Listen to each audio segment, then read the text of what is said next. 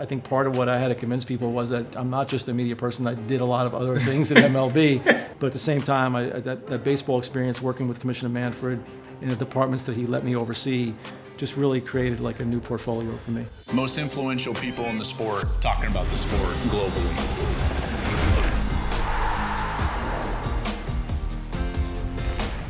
This time on Big Noon Conversations, I talk with the new commissioner of the Big Ten Conference, Tony Petitti.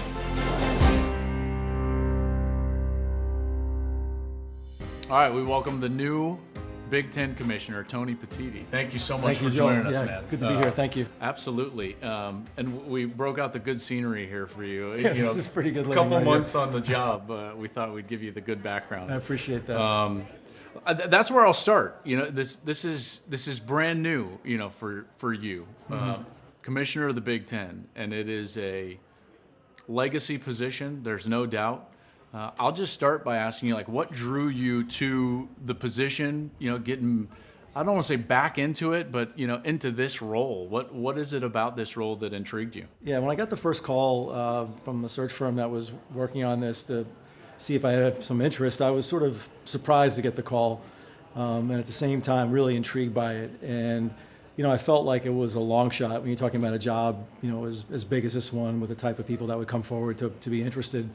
But I started doing the work, what would this job be? And that's what they asked me to do. I think they felt good about what my background was and the experiences I had, but I'd been away from college sports for a little bit. Yeah.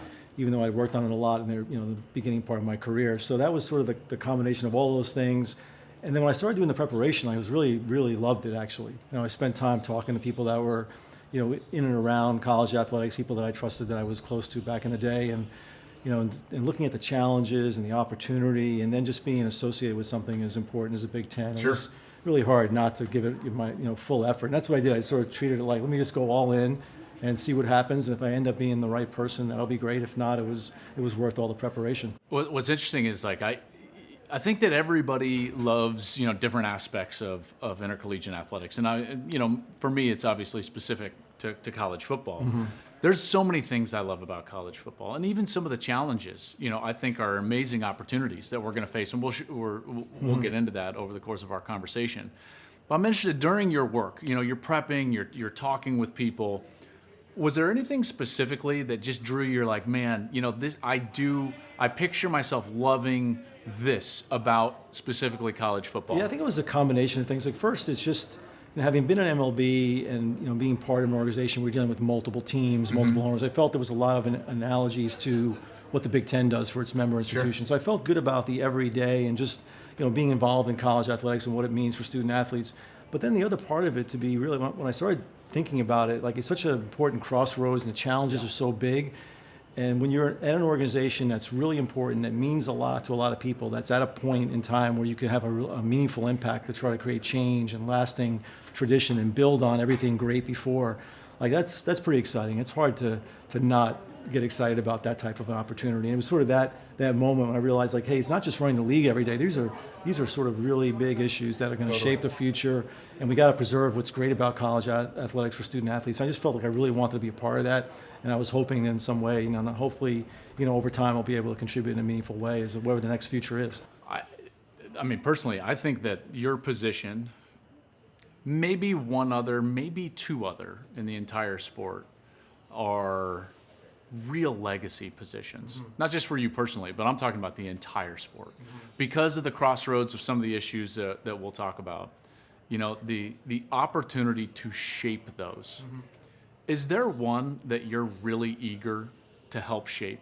Yeah, I think it's just the idea that the balance of academics and athletics and what's been so valuable for so many. I'm sure for your experience, for mine at a much lower level than you played at, but it meant a lot to me. Sure. And it opened a lot of doors. Even though it was Division III baseball, it still was probably among the most meaningful things I've ever done in my life in terms of setting me up. So I really feel the value in that.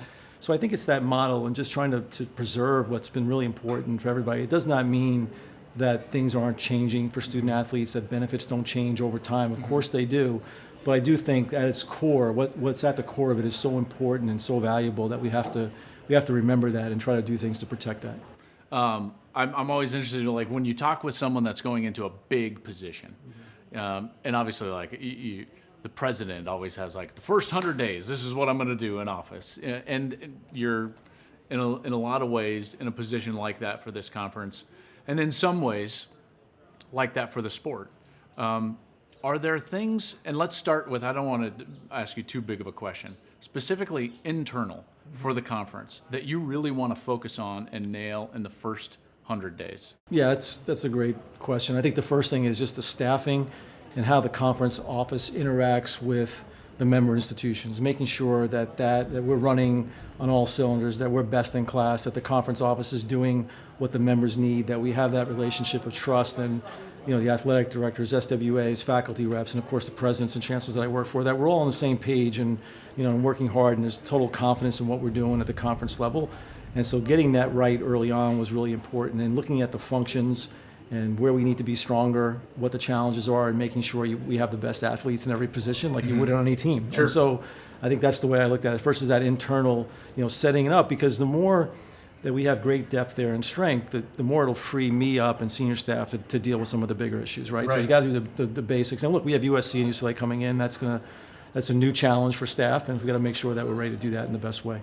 Well, I mean, that's just one of the, I'm not going to list them all, but you've got 2 new schools coming on. Oh, by the way, they're thousands of miles away in Los Angeles, in a different market, USC and UCLA. You've got a brand new schedule format about to drop. You're onboarding what can only be considered the biggest media rights partnership in the history of intercollegiate athletics. Not just from a monetary standpoint, but also from a logistics standpoint. You're going to have 3 networks. No one's ever had that before. These are all the issues that you're going to be knee-deep in internally.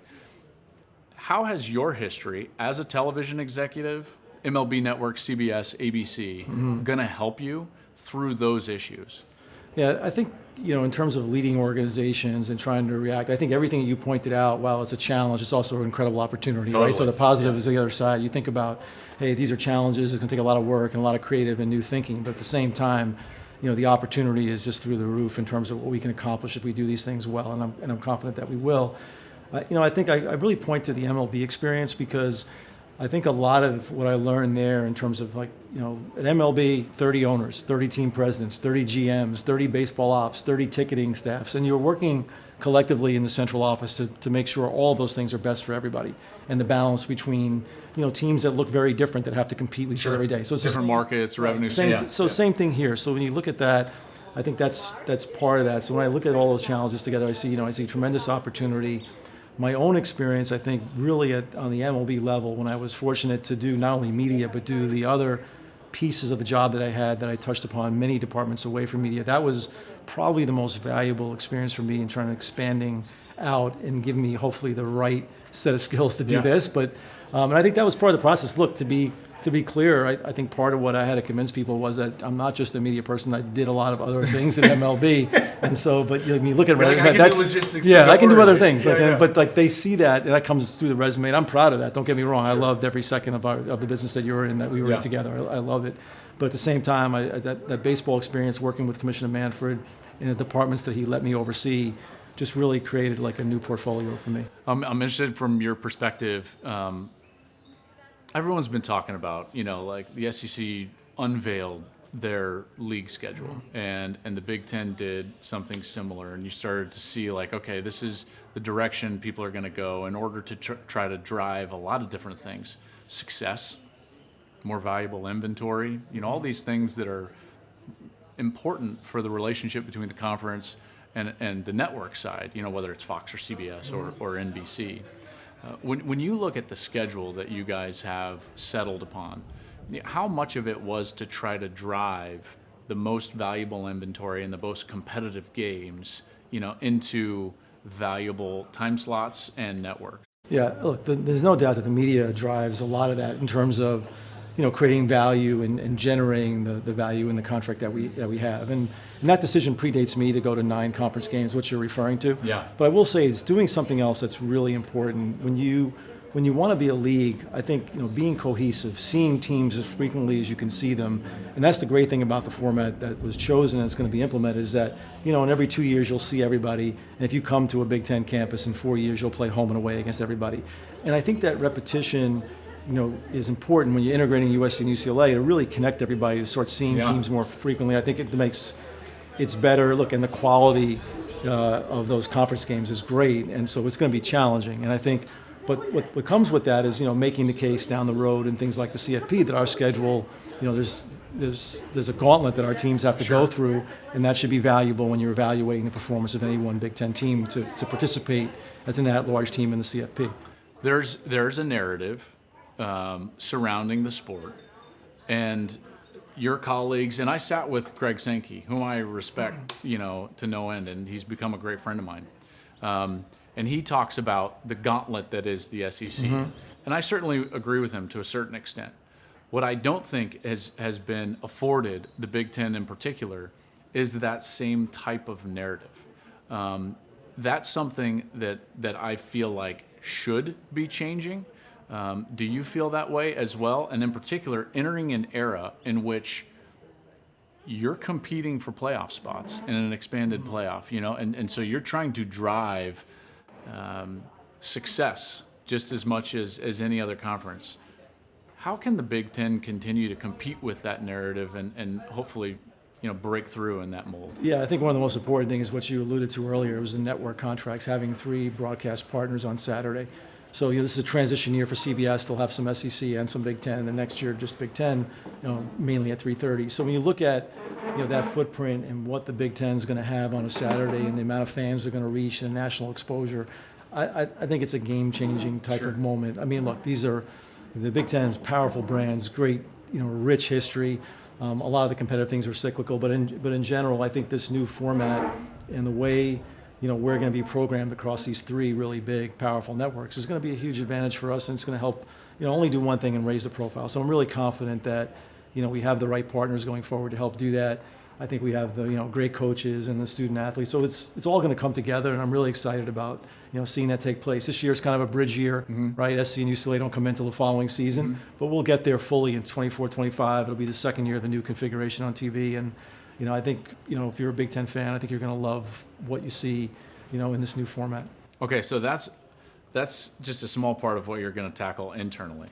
All right, now we go to the external things, and those are monumental right now in our sport, as you know, and that's probably what drew you to this, because it's challenging. There's no doubt, and between yourself and the other A5 commissioners, there's a lot of work to be done, certainly on large-scale issues.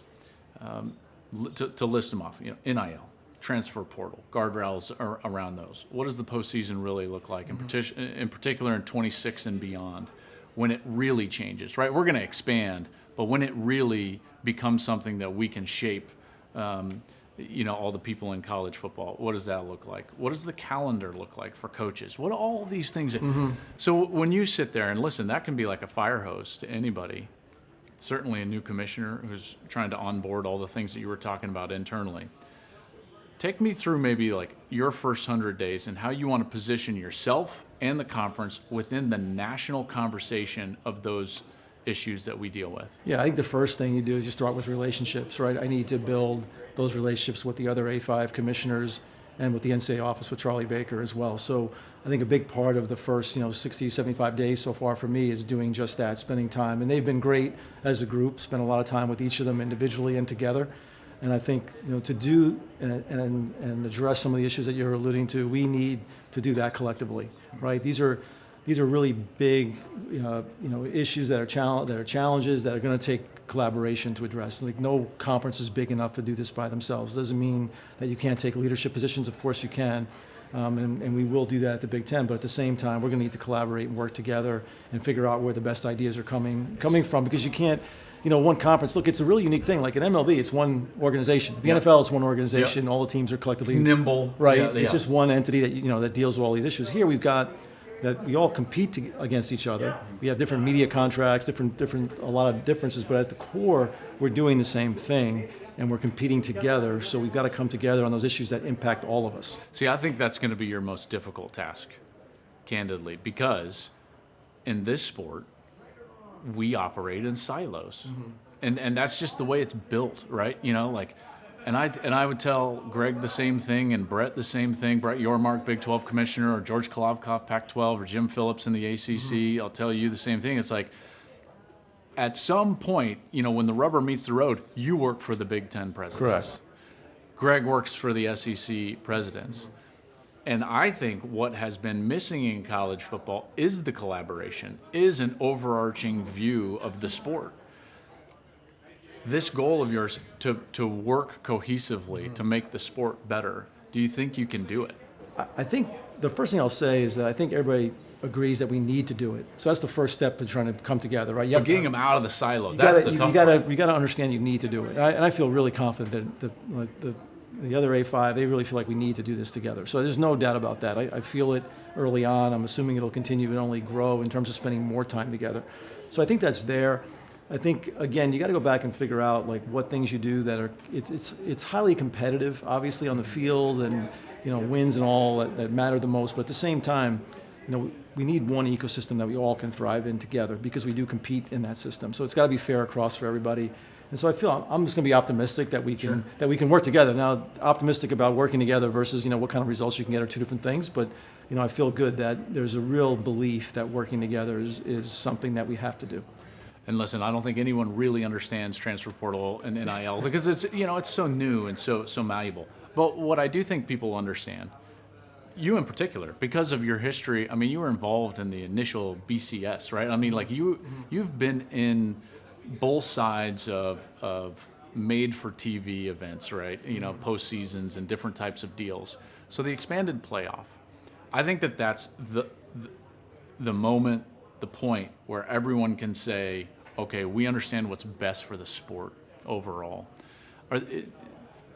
Do you feel like you can get a position of leadership, even though you're, you know, 2 months into your commissionership with the Big Ten, in order to lead something like that, a real collaborative effort that forms a postseason that's better for all of college football? Yeah, it's a really insightful question. I think because I think about exactly that a lot, where you're new, but you're representing an organization that's got incredible importance and weight and power. Let's face it, right? I mean, the SEC and the Big Ten have the most influence. Right, and that's the way I have to. Like, you can't let the fact that you're new take away from the entity that you're representing. That's part of the challenge of there. And so it really is incumbent on me to get up to speed and be, you know, ready to lead in that room as quickly as possible. And hopefully, you know, that's the process is underway already. I will say that I see in the meetings I've been in on the CFP, I see really great collaboration.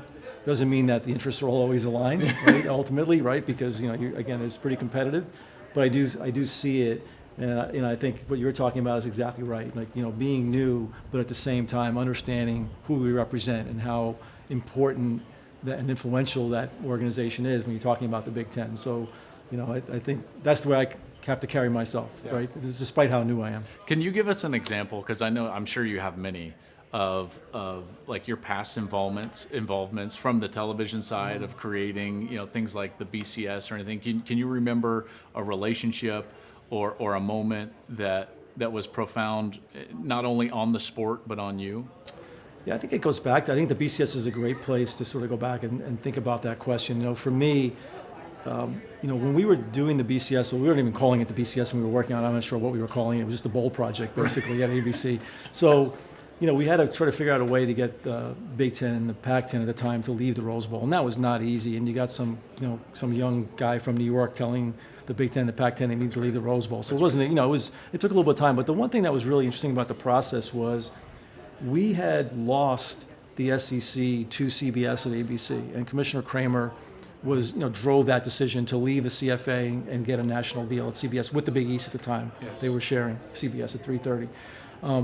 But despite that, we knew that we had some momentum with the Pac-10 and the Big Ten on the BCS, like considering actually leaving the Rose Bowl. And so internally, we're trying to figure out, like, okay, who's going to drive it for the remaining conferences that aren't the Big Ten, Pac-10? And we just felt that Commissioner Kramer, that Roy was the best person to do it. Interesting. And that was maybe counterintuitive because we had a very painful split. It hurt to lose the SEC to CBS. But within a matter of months, we were right back with him in Atlanta saying, And hey, Roy, like we have this thing. We actually have the Big Ten, the Pac-10, and the Rose Bowl considering something different. We need your help. What do you think of this? And maybe if it was about personalities and other things, you would have not reached out to Roy. You would have gone somewhere else. But we knew that the SEC was the most important place to start with everybody else. And we knew that Roy, was always thinking about the big picture. I just knew him well enough, and my boss did, that he was going to be about what was best. And so we started with Roy, which probably surprised a lot of people given what had just happened. So I think the valuable lesson is like you learn at a young age that when you're making deals, it's not personal. People are charged, they have responsibilities, they do what's best for those organizations. You may lose here, but in a short amount of time, we were right back in front of him doing the biggest deal in college football postseason. He was the main guy driving it with me. Like, it was amazing. And, we had a great friendship through all of it. And I like when something like that happens. It's just totally rewarding and it's unexpected, but at the same time, it just shows you that, the power of a good idea and not being, being bold enough to push it and just go to the people that can help you regardless, right? It's fascinating to hear that story because, to me, it's so, I say this all the time, there's nothing new under the sun, right? Like we're always facing similar issues, like things have, and to some extent, we're in a similar boat.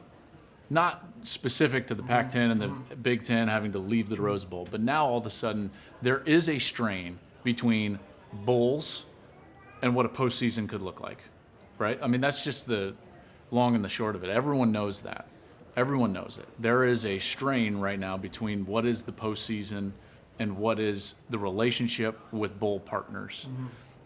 Is that something that you've thought a lot about, or is that something that do you think is going to be ironed out down the road?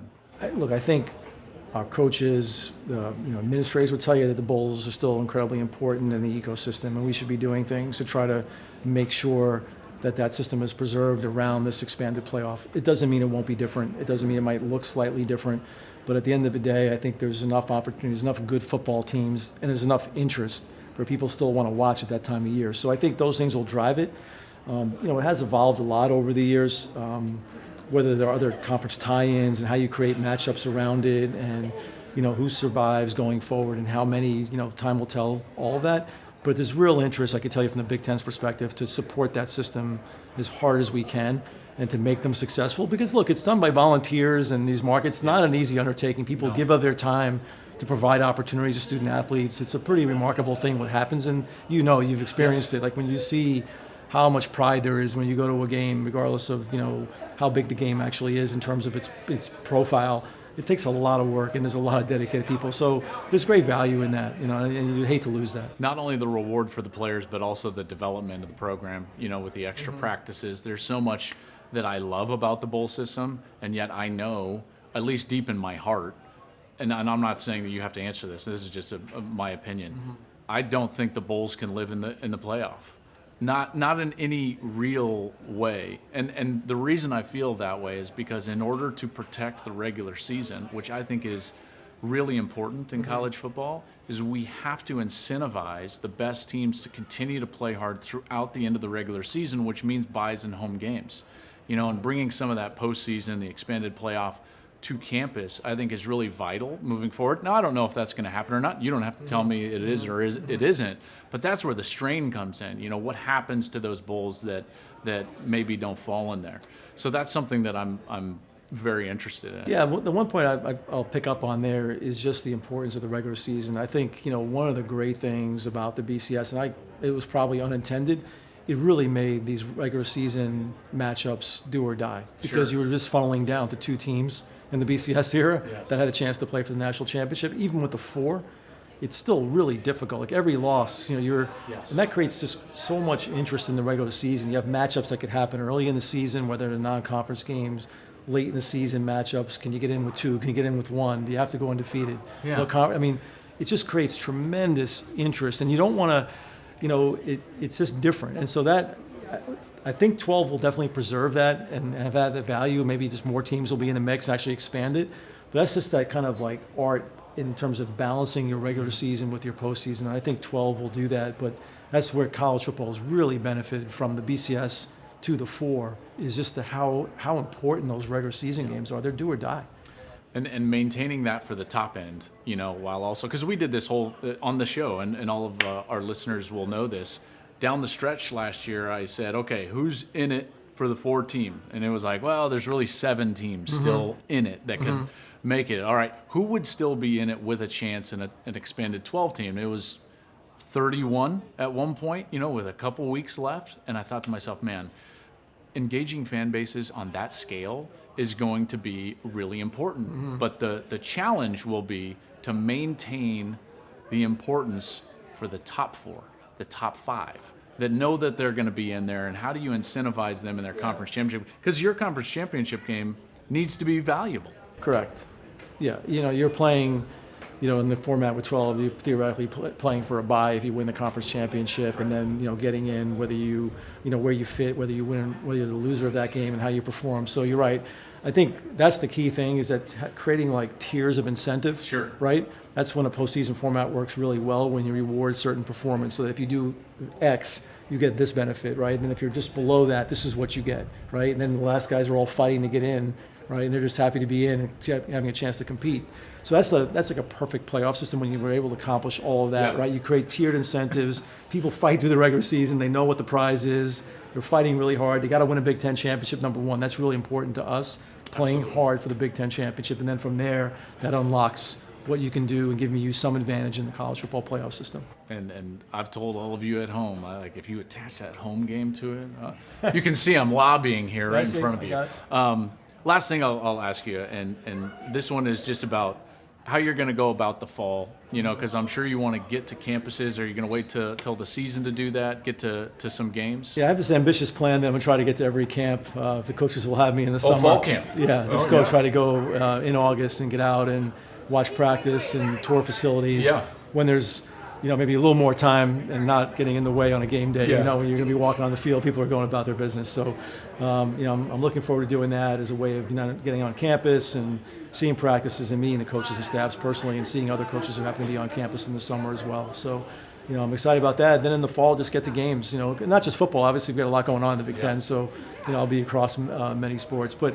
Look, this. Being on campus is really exciting and fun. Like they're great places to be, and on game days, regardless of the sport, you see that excitement. I was really the best moment I've had so far is I got to watch Northwestern women win the national lacrosse championship. Yeah. It was great to be able to root. You don't get a chance to do that too often in this right. job. So I put on my purple and black sneakers and I was ready to go. I love it. That's fantastic. Well, listen.